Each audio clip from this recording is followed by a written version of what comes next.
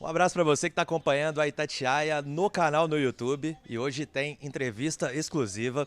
Eu e o Cláudio Rezende batemos um papo com o Rodrigo Caetano, ele que é diretor executivo do Atlético, falou muita coisa e a gente, nesse primeiro vídeo, vai mostrar sobre Campeonato Mineiro. Rodrigo Caetano, ele questiona algumas decisões do regulamento, fala também dos gramados e muito mais. Então, antes da gente acompanhar este conteúdo, eu peço a você que está acompanhando a Itatiaia também no YouTube, que curta esse vídeo, também se inscreva no nosso canal, divulgue essa ideia nos grupos de WhatsApp e, é claro, ative o sininho para receber as notificações, porque tem muito conteúdo especial. E agora a gente acompanha a primeira parte da entrevista com Rodrigo Caetano. Olha aí. Boa tarde, Rodrigo. Boa tarde, Henrique. Boa tarde a todos. Ô, Henrique e Rodrigo, eu queria que você nos falasse como que você viu toda essa polêmica em relação às semifinais do campeonato, os dois times do interior tendo que jogar no Mineirão. A Caldense já havia feito essa escolha anteriormente, o Atlético fez de última hora, até porque não conseguiu iluminação no estádio. Como que você vê em relação à questão técnica do campeonato para as semifinais, por exemplo, do Campeonato Mineiro?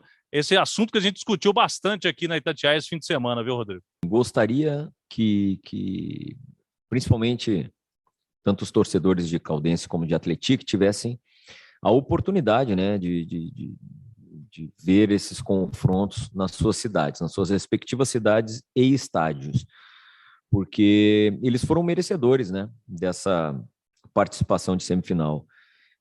Penso eu que esses impeditivos, né, seja o problema do VAR, seja a iluminação, realmente devam ser sanados para as próximas edições.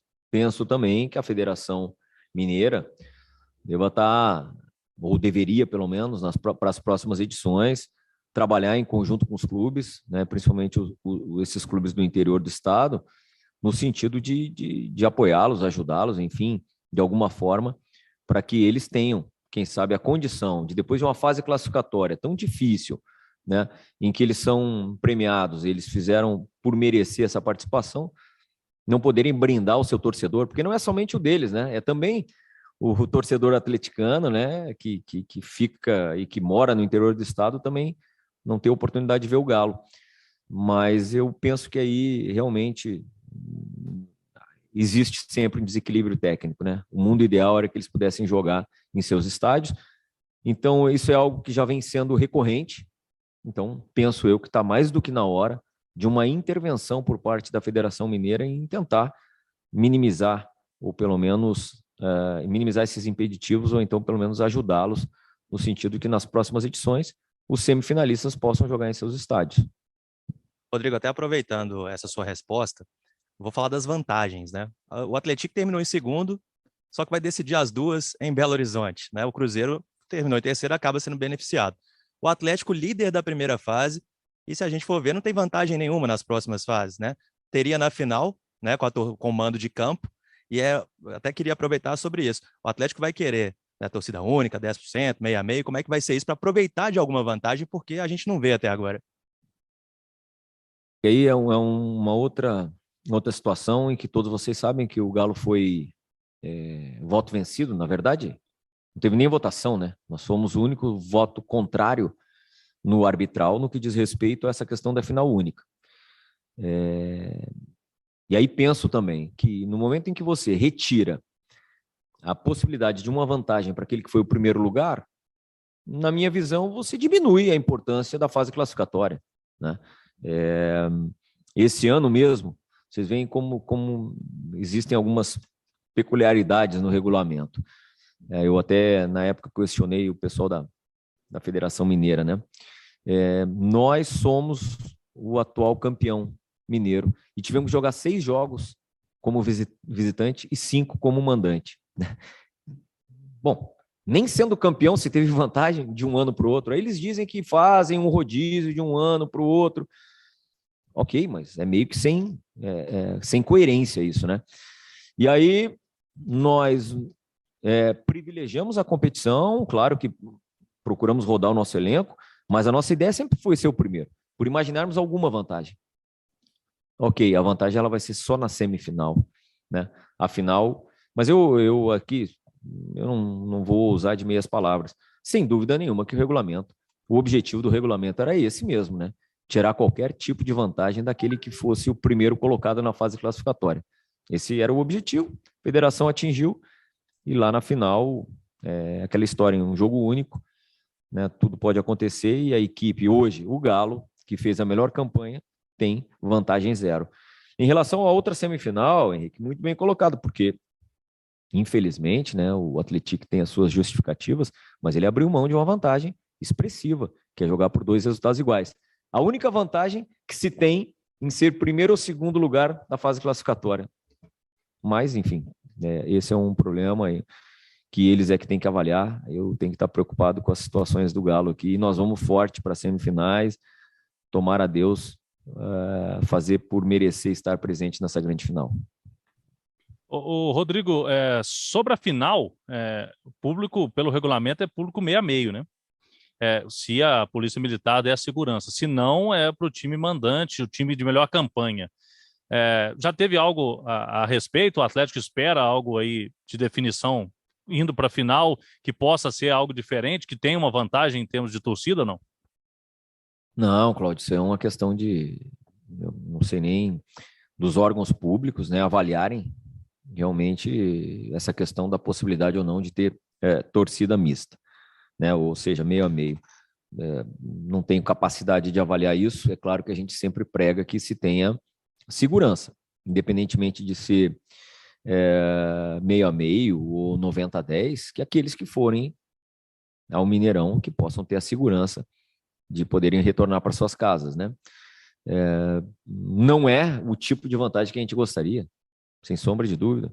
Não gostaria de nós termos aqui, tá falando de uma possível vantagem por ser a melhor campanha do campeonato, o fato de não termos segurança, ou pelo menos não ter a maior segurança possível para uma final, quer dizer, não se deseja isso, mas está lá no regulamento e é uma avaliação que não deve ser feita, penso eu, nem por nenhum dos clubes. Eles têm os órgãos competentes para avaliar isso, privilegiando sempre a segurança do público, segurança dos torcedores.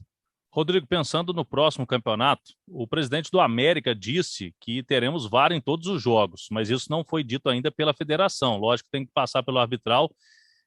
Pelo que a gente viu agora, a Caldense mesmo falou que teria uma dificuldade muito grande de homologar o VAR, a questão financeira. Você acha possível ter o VAR em todos o campeonato? E se não for possível, não seria melhor ter só na final única? Porque aí a Caldense, por exemplo, poderia jogar na casa dela, o Atlético. Bem colocado. Bom, também desconheço essa informação. Talvez o presidente do América esteja melhor informado, né, do que a gente. Eu não tenho dessa informação. Mas, enfim, eu penso que nem você. Até mesmo porque o que se prega pelo VAR, eu sou defensor do VAR, sempre, porque eu creio que minimiza muitos erros e muitas injustiças.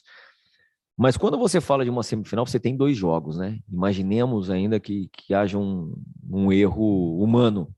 Você ainda tem o segundo jogo, né? Para, quem sabe, essa recuperação, né? De uma ou outra equipe que se sentiu lesada. Já a final única, essa eu penso que era quase que uma obrigatoriedade ter o VAR, porque aí você não tem, né, nenhuma chance de recuperação de, porventura, ter tido algum erro. Então, é bem colocado. Penso ou em todos os jogos.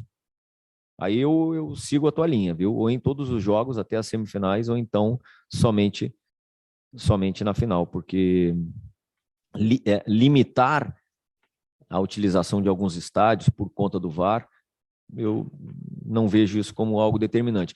Eu vou entrar talvez numa outra polêmica aí com vocês. Eu gostaria muito que os estádios tivessem uma limitação em relação aos seus gramados. Entendeu? E até questão de iluminação quando os jogos forem à noite. Ok, mas aí você tem como jogar o horário. Agora, nos gramados tinha que ter muito mais rigor, uma fiscalização muito maior, porque esse é o grande produto. E, infelizmente, esse ano, e aí não adianta eu ficar aqui acusando, não, é porque os clubes eles não têm essa condição financeira, né? Muitas das vezes, fazer esse investimento. E nós sabemos que muitas federações do Brasil dão esse apoio e principalmente, acabam subsidiando, né, um trabalho nos gramados, não somente de manutenção, como também de investimento, porque é dali que sai o o produto, né? Então, acho que a Federação Mineira também passa da hora de intervir, auxiliar, subsidiar a melhoria dos gramados de todo o estado de Minas Gerais. Tá aí então, entrevista exclusiva com Rodrigo Caetano, diretor executivo do Atlético. Essa a primeira parte. Você quer que eu rode a segunda também, que a gente publique essa entrevista aqui no nosso canal no YouTube? Então vou te fazer um convite, um desafio. Você tem que curtir esse vídeo, se inscrever no canal da Itatiaia e, é claro, ativar o sininho para receber as notificações. E também, não custa nada, espalhar o link nos seus grupos de WhatsApp. Então, primeira parte da entrevista com o Caetano concluída e daqui a pouquinho vem a segunda parte deste bate-papo meu e do Cláudio Rezende com o diretor executivo do Galo. Combinado? Um abraço. Para você que acompanha o canal da Itatiaia no YouTube, viu a primeira parte da entrevista que eu e Henrique André fizemos aí com o diretor de futebol do Atlético, Rodrigo Caetano. Daqui a pouquinho vamos ver aí a segunda parte, né? Mas antes eu convido a você curtir, né, nossas postagens, curtir também os vídeos e, lógico, se inscrever no canal. Passe essa ideia aí, compartilhe com os grupos de WhatsApp para cada vez mais sermos mais seguidores da Itatiaia no YouTube. Agora vamos acompanhar então a segunda parte da entrevista. Rodrigo Caetano fala sobre contratações e limite de estrangeiros. O Atlético hoje tem mais estrangeiros do que pode em jogos de competições nacionais. Vamos curtir? Falar de contratação, tá? Mas não vou te perguntar se está contratando alguém, não. É porque o presidente falou que você tem um novo apelido aí, que você trabalha igual um coelho. Falou assim, o homem é rápido igual um coelho. Falando em relação ao Alonso, né, da oportunidade de mercado. Queria que você falasse sobre isso e, é claro, também, se esse trabalho é constante. Se você já tem alguém na mira aí, não precisa falar nome, obviamente, mas se esse trabalho é constante. Não, Henrique, na verdade, o nosso trabalho de avaliação de mercado, de oportunidades, ele é constante. Ele é constante sim, porque é nossa obrigação. Às vezes até, não é nem para trazer muitas vezes para o Galo, porque muitas das vezes a gente até não tem a carência ou a necessidade de uma determinada posição. Mas em algumas tantas vezes é que o seu concorrente não se fortaleça, né? Então, tem N formas de você atuar no mercado para que o teu elenco esteja entre os mais fortes. Hoje, nós não temos nenhuma negociação em andamento, não temos. Dia 12 encerra a janela de transferências, que hoje ela é uma janela de transferências nacional, ou seja, e internacional. Isso modificou bastante, então é importante, né, para quem nos escuta, para quem nos acompanha também, ter esse entendimento. Quando fala-se na data do dia 12, diferentemente de antes, onde você tinha diversas datas conforme as competições. Agora é dia 12, se não somente lá em julho. Nós temos um elenco, creio eu, de bom número, e se nós tivermos a condição, a ideia e a convicção aqui de repente, colocar alguns dos nossos atletas mais jovens após o estadual para rodarem, para terem, né, um pouco mais de minutagem, ok. Mas de chegada, a princípio, somente se fosse uma necessidade de reposição, que não temos nesse momento, apesar mesmo da artroscopia do Dodô, que passou e teve um sucesso hoje pela manhã, ou então de uma oportunidade de mercado importante, como foi o caso do Júnior, né? Do Alonso, que realmente ninguém previa a guerra, mas nós não podíamos deixar de trazê-lo por tudo que ele representa para o Galo, para toda a massa atleticana também, pelo grande jogador e caráter que ele é. Foi uma oportunidade que também a origem, né, dessa oportunidade, ninguém gostaria que tivesse acontecendo, que é uma guerra, quase que uma guerra mundial, né? Então, mas enfim, é isso. Muito mais pensando em recolocação de alguém que possa ganhar minutagem do que propriamente de chegada. Rodrigo, o presidente anunciou como o presente de aniversário, né, antecipado, a renovação de contrato do Hulk. Eu queria que você falasse, foi rápido isso, a negociação com o Hulk, porque a situação do Hulk é a seguinte: o jogador vai ficar no Atlético pelo menos até 38 anos, e ele pode até ter mais um ano, 39. Se fosse outro atleta, a imprensa toda ia questionar, quem sabe, a idade, né? Mas o Hulk, a gente sabe da questão física, e isso também pesou, logicamente, por ele ser um jogador diferenciado nessa renovação com mais anos. Ah, sem dúvida, né, Cláudio? Porque além da condição física dele, que já é inata, ele tem também esse nível de profissionalismo elevadíssimo, né? Então, ou seja, eu acho que é isso que faz com que estenda esse nível de performance dele, né? Porque mesmo que ele tivesse uma condição física privilegiada, se ele não fosse esse cara que se cuida, que investe na sua recuperação, né, talvez ele já tivesse uma queda física. Não é o caso. E tem determinadas situações que quando o jogador vem e ele consegue encaixar, ele casa tão bem com uma equipe, com um clube, com a cidade, com tudo, você não pode interromper esse processo, né? E acho que é isso, a gente tem feito esses movimentos de renovações, assim, com vários dos nossos atletas, porque a gente entende que esse perfil de jogador é importante que se mantenha, né? O Hulk é um deles, que é um líder, dentro e fora de campo, um exemplo como atleta, e já tinha praticamente a extensão do vínculo para 2023. Nós só estendemos até 24, né? Porque ele ia atingir o número de partidas exigido, né, para a sua renovação automática. Então, foi um acordo que fizemos, e é claro que ele teve um destaque muito grande no último ano, e mesmo nessa idade eu posso afirmar para vocês que ele teve algumas tantas consultas de dentro e de fora do país. E ele também, em conjunto com o Galo, entendeu que o melhor caminho era realmente estender esse vínculo, e ele está feliz, o Galo está feliz, e tenho certeza que a massa toda está feliz também. Ô, Rodrigo, você que comunicou o Everson ontem da convocação, e se foi, queria que você contasse pra gente, né, porque é a segunda da carreira dele, no momento que ele vinha sendo poupado pelas dores no tórax, né? Como é que foi esse momento, a reação do Everson? Fui eu mesmo, não sei se você já sabia, eu estava me perguntando, mas foi mesmo. Porque. Oh, eu tô te perguntando. Ah, tá. Não, mas foi mesmo porque o Juninho Paulista acabou me ligando ontem, né?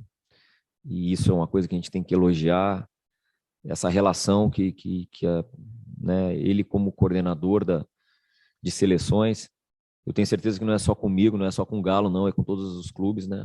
Consulta antes, consultou na questão do Arana. E importante nós temos essa troca. E me falou do problema que ele estava enfrentando em relação ao Ederson, né? E da situação do Everson. Claro que daí conversou com o Rogério Maia para saber especificamente a situação atual dele.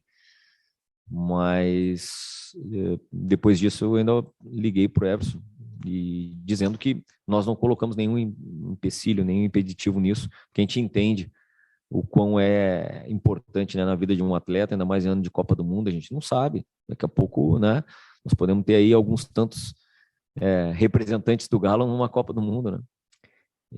Isso também é importante para o clube, importante para esse selo, para essa marca do Galo a nível até internacional.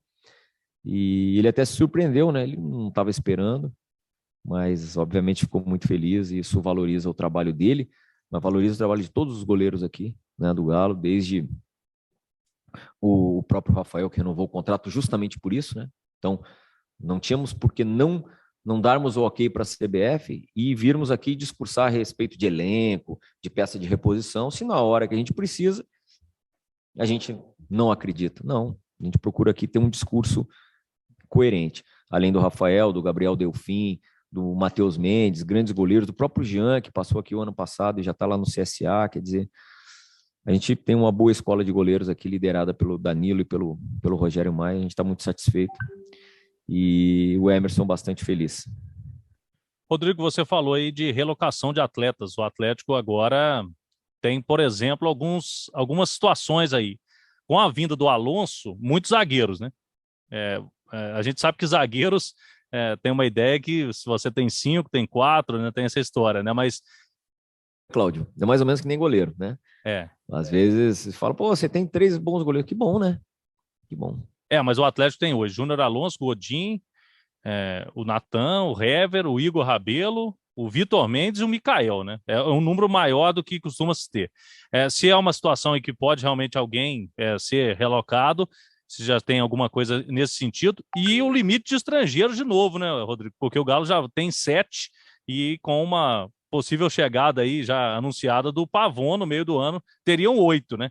Então, como trabalhar isso? Porque já teve esse problema na temporada passada. Assim, em relação ao número de zagueiros, obviamente que algum deles nós devemos colocar justamente para ganhar uma rodagem maior, né? Isso a gente pretende fazer esses movimentos aí após o estadual ou na semana que antecede as finais do estadual, com esse objetivo de reduzir um pouquinho o número, mas é uma posição que a gente entende que nunca é demais, por conta de suspensão, por conta de muitas vezes de lesões, jogadores também que muitas das vezes, dependendo do técnico, aqui, por exemplo, o Tony Mohamed, ele não desgosta de jogar em linha de 4, ou seja, usou o Natan na lateral direita no último confronto, lá em Governador Valadares, não já usou o Júnior Alonso no Celta de Vigo na lateral esquerda, como na seleção paraguaia. A gente não sabe, nós temos inúmeras partidas. Então, esse eu não vejo como algo, um problema a ser administrado. Esse não. O problema dos estrangeiros, realmente ele existe, né? Porque isso é regulamento. As competições nacionais só permitem 5 por súmula. E aí é um gerenciamento que nós vamos ter que fazer quase que na mesma linha do ano passado, onde nós tínhamos também 7. É óbvio, né, que, como eu falei, a origem disso tudo é porque nós não esperávamos o retorno do Júnior Alonso, mas nós não podemos, entre não ter o Júnior Alonso de volta e ter 7 estrangeiros, eu prefiro ter 7 estrangeiros, sempre, né? E aí... Ô, Rodrigo, podemos falar em 8, hein? Não, o Cláudio que anunciou aí um novo aí, mas eu nem perguntei, porque ele que anunciou, vamos deixar aí. Mas assim, eu prefiro ter o 7 e transferir esse problema para o treinador, e claro que a gente aqui que faz participa desse staff, desse back-office aqui, a gente auxilia nesse gerenciamento, e todos eles entendem, né? São jogadores selecionáveis, jogadores de altíssimo nível, e nós temos uma Copa Libertadores onde todos eles podem jogar. E o ano passado houve um revezamento. Assim, eu sinto muito pelo Alan Franco, que é um grande profissional, sofreu um pouco mais do que os outros. Eu espero que esse ano haja um rodízio maior e que todos possam ser aproveitados. Mas, enfim, é o que o regulamento permite, mas a gente sempre optou por ter os melhores, ou aqueles que a gente entende que tem um bom nível, e aí a cada jogo é uma estratégia diferente.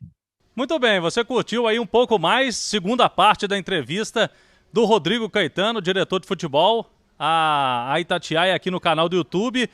E você pode continuar seguindo e, lógico, curtindo nossas publicações. Você se inscreva no canal, vai receber as notificações. Tudo quanto é assunto aí, principalmente do Galo, você vai receber todas as notificações. Então, não perca tempo. Siga a Itatiaia também no YouTube. E amanhã, bem cedinho, a terceira parte da entrevista. Assunto bem polêmico, hein? Vamos falar sobre pênalti pro Galo. O que o Rodrigo Caetano pensa a respeito, hein? Um abraço para você que está ligado no YouTube da Itatiaia. E ontem, eu e o Cláudio Rezende batemos um papo com o Rodrigo Caetano, diretor executivo do Galo. E aqui no nosso YouTube, os 2 primeiros vídeos, as 2 primeiras partes, você já pôde acompanhar. E pelos comentários, a gente viu que o assunto pênalti para o Galo continua sendo muito polêmico. E é justamente sobre ele, né, Cláudio, que a gente traz agora esse bate-papo com o Caetano. É uma pergunta que não poderia faltar, né, Henrique? Como que a diretoria do Atlético, no caso ele, Rodrigo Caetano, vê essa situação e se isso pode prejudicar o Atlético em momentos decisivos. Vem aí as finais do Mineiro e também Libertadores, Campeonato Brasileiro. Vamos curtir então o que disse o Rodrigo Caetano, mas antes temos que dar um recado para o pessoal, hein? Exatamente, eu já ia chamar o VAR para você e anular o pênalti. Por quê? Vamos convidar. Você que está acompanhando a Itatiaia no YouTube, você tem que curtir, né, os conteúdos que a gente faz, para a gente saber se você está gostando ou não. Também ativar o sininho para receber as notificações e, é claro, se inscrever no canal da Itatiaia. Se fez isso tudo, tá liberado para ver o vídeo e vamos acompanhar o que falou Rodrigo Caetano sobre pênalti para o Galo. Legal a tua pergunta. Eu gostaria de discorrer aqui sobre alguns aspectos. Primeiro que pênalti está na regra, né? A não ser que querem tirar da regra do jogo do Galo. E aí mudar, né? Tem que dizer que, sei lá, que o Galo talvez não possa ter mais. Não sei se é isso que estão querendo mudar na regra. Podiam mudar a regra de estrangeiros, subir para 7, ao invés de anular os possíveis pênaltis para o Galo. Esse é um ponto. Outra coisa que me chama a atenção é que, ao fazerem isso, e muitas das vezes a gente vê alguns, eu não vou chamar de profissionais, porque aí eu vou estar diminuindo vocês, profissionais de imprensa. Eu não faria isso. Não vou qualificar alguns tantos, porque vocês são de altíssimo nível, e aí eu vou estar diminuindo vocês, jamais faria um negócio desse. Mas alguns cidadãos aí que são identificados com outros clubes, eles diminuem o nosso trabalho, né? A verdade é essa. Desqualificar, dizer ou sugerir que existe qualquer tipo de privilégio, de vantagem para o Galo ter sido o campeão que foi nas competições que existiram, poxa, realmente não querer reconhecer que desse lado de cá existe trabalho. E isso realmente é algo que nos deixa indignados. E nós só tem uma saída para isso, é nós ganhar de novo. E nós vamos disputar tudo de novo, quer eles queiram ou não. Nós vamos disputar tudo de novo, podemos até não ganhar, mas nós vamos dar trabalho de novo, vocês podem ter certeza. Esse é o espírito aqui no Galo, não vai ser diferente, não. E por último, é que alguns clubes, quando tem um número de penalidades, são exaltados os seus batedores. Como bate bem, olha o índice de aproveitamento do Rafael Veiga, verdade. Olha o índice de aproveitamento do Gabigol, verdade também. Mas ninguém fala do índice de aproveitamento do Hulk, falam dos pênaltis que parece que para o Galo tem um número maior do que para os outros. Ou seja, a conotação é diferente. A gente não quer nem mais, nem menos do que os demais. Agora, valorizem também o nosso batedor de pênalti. Valorizem, nós fomos campeão. Nós fomos campeões da Supercopa nos pênaltis, certo? Nos pênaltis, onde não teve VAR e onde não teve interpretação. Ela foi decidida nos pênaltis. E ganhamos. E ganhamos. Então, é porque os nossos batedores também têm mérito. O nosso goleiro, muito mérito em defender. Bom, daqui a pouco, sei lá, se vão inventar uma regra que vai dizer assim, bom, se terminar empatado, não pode ter pênalti porque o Galo não pode ter pênalti. Não sei. Vai que inventa um negócio desse diferente, né? Mas passamos, ano passado, pelo Boca, nos pênaltis. Sempre tem uma coisa, a não ser que mudem a regra, mas o pênalti está na regra. Se o nosso jogador aqui, ele frequenta muito mais tempo a área adversária e busca incessantemente o gol, é uma questão de probabilidade. A probabilidade é que você tenha um número muito maior de penalidades ou de lances faltosos dentro da área. Eu não sei, cara. É o tipo de assunto chato, principalmente por não quererem reconhecer que aqui tem trabalho. Aliás, tem muito trabalho. E não por acaso que o Galo conquistou o que conquistou, e volto a afirmar para vocês, vai seguir buscando conquistas, espero que daqui para sempre. Tá aí, Rodrigo Caetano falando tudo sobre a polêmica de pênaltis para o Galo. O homem rendeu de resposta, né, Cláudio? O Rodrigo Caetano matou no peito e saiu jogando, né? Não se livrou da resposta, pelo contrário, encarou e disse, né, Henrique, que o Atlético está incomodando, na visão dele, por isso tem toda essa polêmica envolvendo pênaltis para o Atlético. Ele deu uma explicação aí, lógico, podem concordar ou não, mas tem o seu modo de pensar. O Rodrigo Caetano é uma polêmica que está rendendo e já está rendendo faz um tempo, Henrique. Exatamente, Cláudio. Então, queria agradecer a você que acompanhou esse vídeo do início ao fim. Com certeza está muito bem informado, né, Cláudio? Sabendo a opinião do Rodrigo Caetano. E com a gente é assim, caiu na área, é pênalti, viu, gente? Então, olha só, curta o nosso vídeo, os nossos conteúdos, não só do Atlético, mas todos os conteúdos que a Itatiaia faz. Acompanhe o nosso canal no YouTube, se inscreva no nosso canal no YouTube e também ative o sininho, espalhe essa ideia aí nos seus grupos de WhatsApp, que a gente precisa desse feedback, porque o que interessa para você interessa para Itatiaia. E essa não foi ensaiada, não. Um abraço. Alô, pessoal do YouTube da Itatiaia. O Atlético teve um crescimento importante da sua torcida em Minas Gerais nos 2 últimos anos. Uma pesquisa que foi divulgada pelo site Globoesporte.com, feita pelo Instituto Doxa, traz que o Atlético cresceu de 18% para 23% da preferência dos mineiros no estado de Minas Gerais e alcançou o Cruzeiro. Agora 23 contra 23 e tem uma margem de erro essa pesquisa de 1,8 percentual. Em Belo Horizonte, na capital mineira, o Atlético segue soberano, com 41% da preferência dos torcedores. Então essa pesquisa, se você quiser saber mais detalhes, tudo lá no site, no portal da Itatiaia, pesquisa de torcedor, sempre movimenta bastante. E a gente traz mais uma informação aí.